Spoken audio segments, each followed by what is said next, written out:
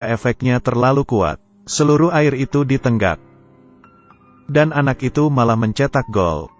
Ia memberi sebotol lagi. Hasilnya gelandang itu semakin piawai, melewati pemain bertahan, dan masuk ke daerah penalti. Pelatih itu tidak bisa diam.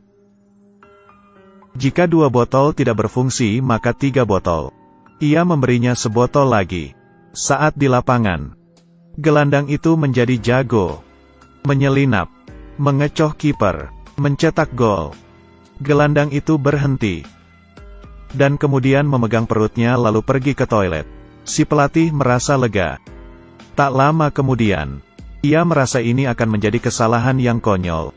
Untung menang ia sampai melakukan cara curang. Ia menukarnya dengan pemain terpayah. Ia tidak ingin kalah. Setelah dikepung lawan, timnya menghampirinya untuk mengajari dirinya aturan. Kemudian kiper baru itu menahan bola. Mendapat sorakan dari penonton. Ia menjadi percaya diri. Menjaga gawang. Menjaga gawang. Dari pemula jadi profesional. Membuat si pelatih kesal. Tim itu mendapat free kick. Si pelatih bertindak, menyuruh penendang itu bersiap. Ia tidak bisa menjebol gawang. Si kapten menendang. Membetulkan arah tendangan. Ia mencoba agar kalah. Kemudian menjadi cerita. Dimulai dari 1 minggu lalu. Orang ini adalah guru. Bertemu kekasihnya melalui kecelakaan mobil. Pertama melihat seorang dewi. Kemudian kakinya diperban. Dalam seminggu, si wanita setuju dilamar. Hari ini si pria berhenti dari pekerjaannya. Bersiap untuk menikah. Tapi kepala sekolah sangat kesal dengan pengunduran dirinya. Tidak membiarkannya pergi. Ia berpikir dan memutuskan pergi. Siapa yang menyangka pada hari itu, ada anggota tim sepak bola. Ia ingin kabur dari tim sepak bola itu. Tapi tertangkap oleh konselor. Untuk mencegah si pria, si kepala sekolah berkata, "Kamu akan menjadi pelatih sepak bola. Demi menikah dan lari." Ia pun akhirnya terpaksa. Dan paspor miliknya juga disita. Dengan begitu si pria yang tidak mengerti apapun tentang sepak bola, harus tetap mengajar. Kali ini seorang pria berkacamata memberi ide. "Karena kamu tidak bisa pergi, kenapa tidak kamu sengaja mengalah di pertandingan? Dengan begitu kamu bisa pergi." Ini adalah sebuah cara, tapi bagaimana cara melakukannya? Ada 11 orang anak 12 tahun. Mereka harus berjuang. Apa yang harus kulakukan? Cukup muncul saat mereka latihan. Seorang anak diam-diam mencuri handphone si pria. Ia meminta handphonenya kembali. Melihat pencuri itu berumur 12 tahun. Si pria tidak berkata apapun. Dan mengajak ia bergabung dengan klub sepak bola. Anak itu pun setuju. Tak hanya bergabung dengan tim si pria, ia mengajak si pria bertemu rekan pencurinya. Dengan begitu sebuah tim terbentuk. Di mata si pria, mereka harus kalah. Dengan begitu karirnya sebagai pelatih akan terhenti. Tetapi tunangannya, tersisa 2 hari lagi. Ia tidak bisa datang tepat waktu.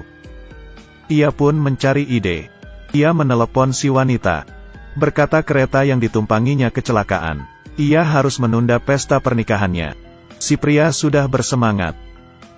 Bola diterima. Ia sangat bersemangat. Menunggu akhir babak pertama. Dan bersiap pergi ke Moskow memulai hidup baru. Tapi ia tidak tahu hal berubah dengan cepat. Semua anak ini sangat ganas. Pertama kali berlomba. Dan menang. Mereka memiliki banyak kemampuan hebat. Menggunakannya di lapangan. Menciptakan efek seperti sepak bola Shaolin. Membuat musuh kaget. Dan kalah unggul.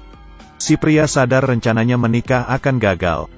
Ia berbohong kalau ia kecelakaan mobil. Wanita ini kesal tapi khawatir. Hanya bisa berbohong. Si pencuri itu melihat berita. Ia berencana menjadi lebih serius lagi saat final. Untuk membuat timnya kalah.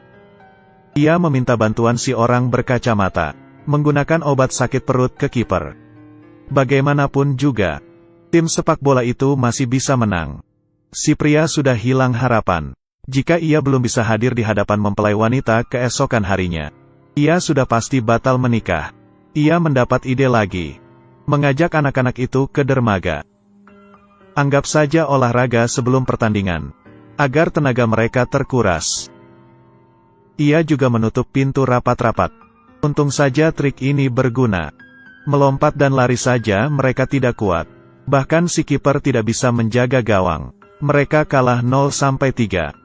Ini membuat para anak-anak kehilangan ambisi. Si pelatih seharusnya gembira, tapi ia tidak gembira sama sekali. Saat istirahat, ia melihat si pencuri itu menangis. Ia berkata kepadanya alasan kenapa ia ingin menang. Agar bisa masuk TV. Agar bisa dilihat orang tuanya. Mendengar kata si pencuri, si pria merasa nuraninya tersentuh. Jika ia menghapus harapan anak-anak ini, ia akan menyesali pilihannya seumur hidup. Walau pernikahannya batal, ia harus bisa membawa mereka menang kejuaraan. Ia mengaku kepada para anak, termasuk obat kepada kiper, menguras tenaga mereka. Ia tulus. Tidak terpikir.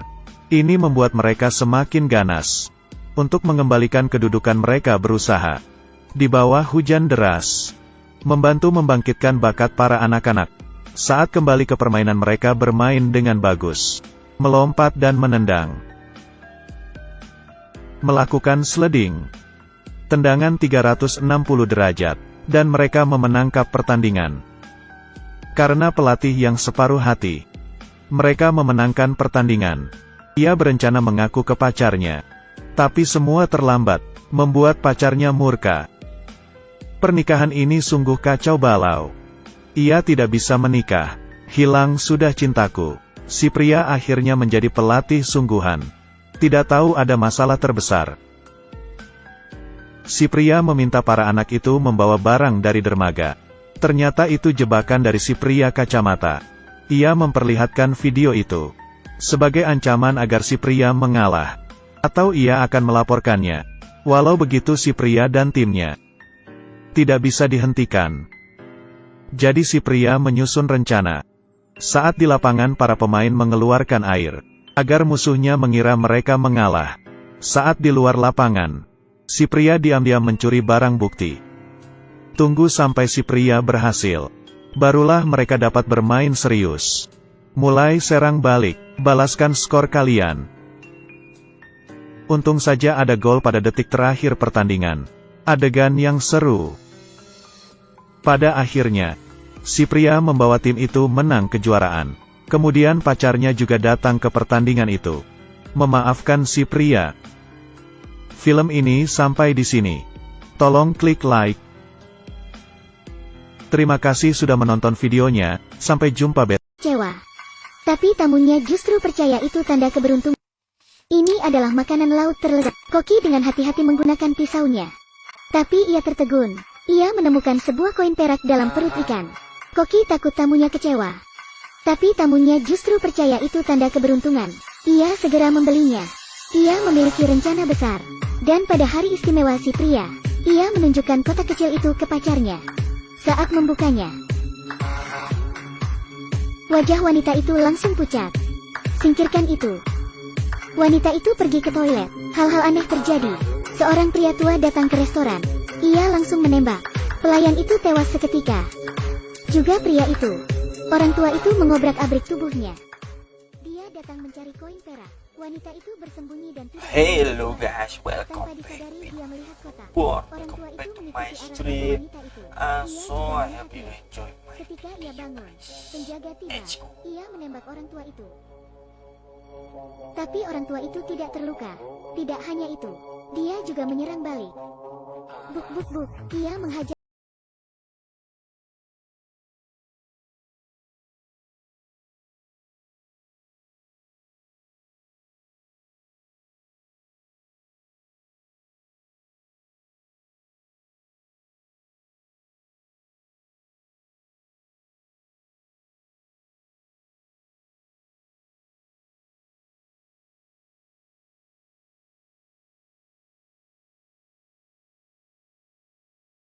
Koin perak di tangannya juga berubah menjadi kutukan yang tersebar di dunia.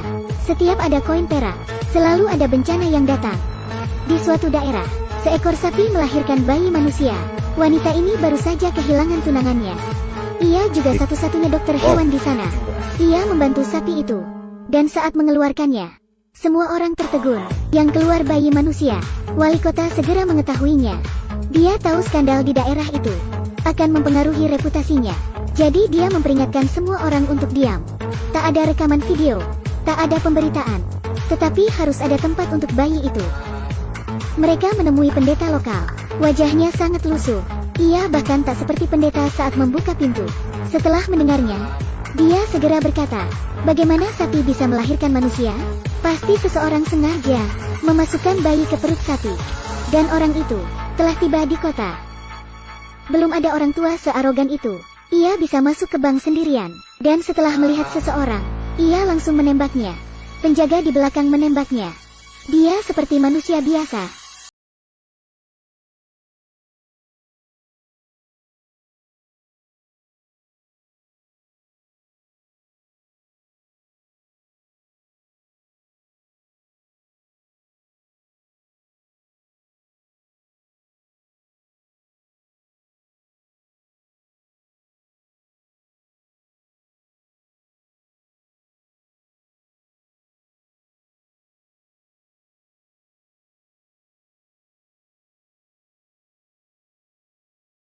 Dan mengambil jam saku.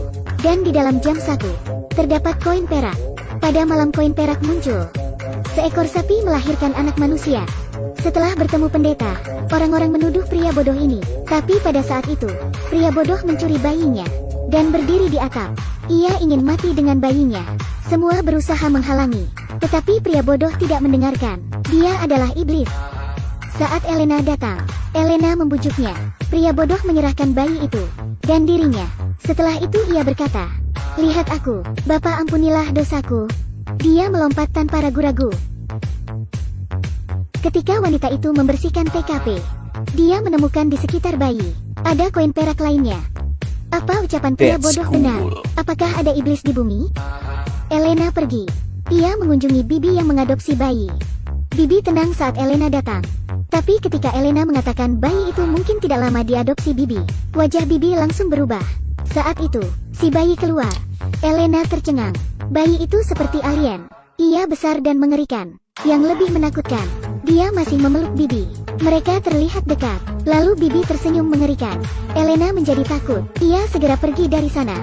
Tapi setelah dia pergi, Bibi berubah menjadi jahat. Suaminya benar-benar heran. Bahkan ia membunuh suaminya. Elena menelepon wali kota. Ia berencana membawa bayi itu ke rumah sakit untuk menerima pengobatan. Tapi saat mereka tiba di rumah Bibi, keduanya terpaku. Mereka memecahkan kaca dan mereka melihat ada jaring laba-laba di sana. Ini sangat aneh. Keduanya mengikuti ke pusat jaring. Ada sesuatu tergantung di dalamnya. Si pria merobek jaring itu. Ternyata itu manusia. Keduanya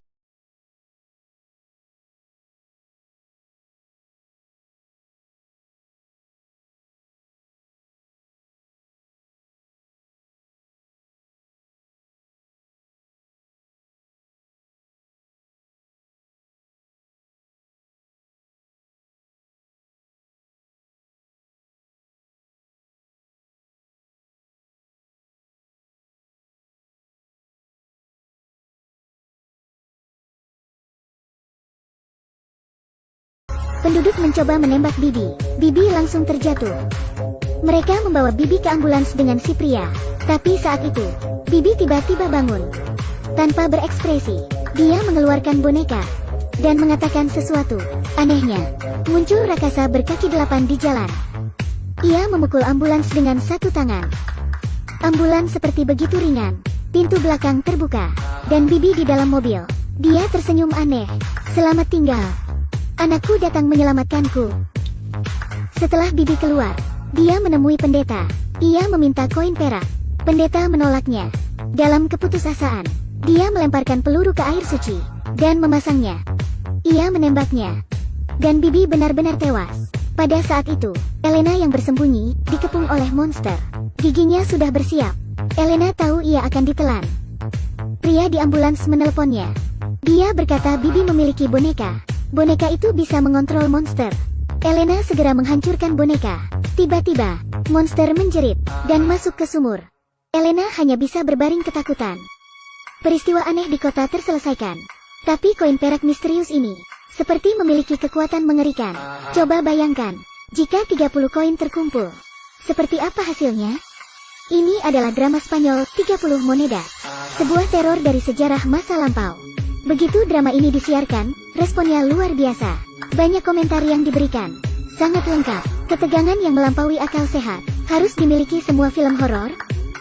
Ini adalah makanan laut terlezat. Koki dengan hati-hati menggunakan pisaunya. Tapi ia tertegun.